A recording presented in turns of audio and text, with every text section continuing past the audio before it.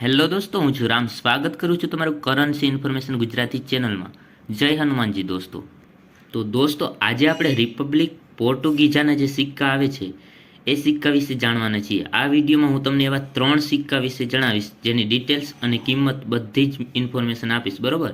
તો વિડીયોને ધ્યાનથી જોજો. અને આજનો જે વિડીયો છે તમારા બધા માટે ખાસ થવાનો છે, કારણ કે આવા જે સિક્કા જેની પાસે હશે તો તેની કિંમત સારી મળવાની છે. અને વાત કરીએ તો આ સિક્કામાં મિન્ટ માર્કને ધ્યાનમાં રાખવામાં આવતું નથી, કારણ કે વિધાઉટ મિન્ટ માર્ક કે આ સિક્કા બધા આવે છે.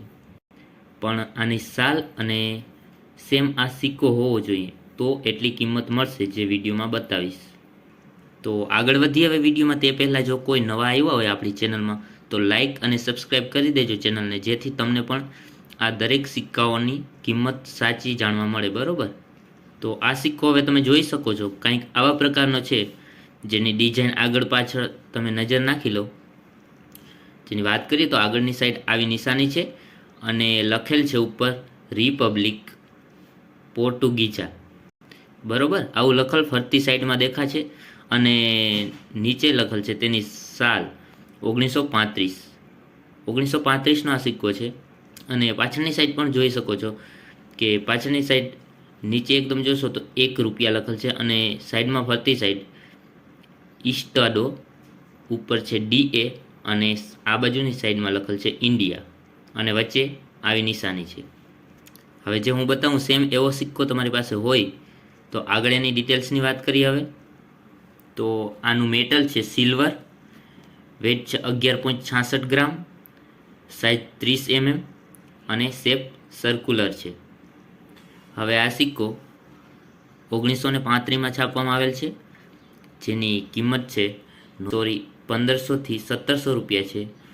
અને યુએનસી કન્ડિશનમાં 2000થી લઈ અને 3500 સુધી છે. અને હા, કે હાલના સમયમાં તો આની કિંમત જે 3 સિક્કા હું તમને બતાવી એ બધાની વધારે જ હશે, પણ અત્યારે વાત કરીને એથી બધા સિક્કાની કિંમત વધારે હશે. છતાં પણ હું આમાં જે અત્યારે બતાવેલ છે બુકમાં એ જ બતાવીશ તમને, કારણ કે તમને ખબર જ છે કે 2024ની હજી બુક આવી નથી. એ આવશે એટલે એમાં આની કિંમત વધી ગયેલ હશે. તો હવે વાત કરીએ બીજા સિક્કા વિશે. તો બીજો સિક્કો તમે સામે જોઈ શકો છો, જેમાં પણ આગળની સાઈડ લખેલ છે ફરતી સાઈડમાં રિપબ્લિકા પોર્ટુગીઝા, બરોબર? અને નીચે તેની સાલ છે 1947નો આ સિક્કો છે, અને વચ્ચે ડિઝાઇન આવી કંઈક હશે.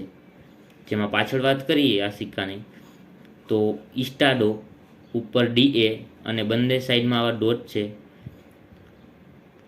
અને પછી આગળ છે ઇન્ડિયા, અને નીચે ₹1, બરોબર? અને બંને સાઈડમાં આવા ડોટ છે. જે સિક્કા બતાવું છું તે ધ્યાનથી જોજો, કારણ કે સેમ આ જ સિક્કો હોવો જોઈએ.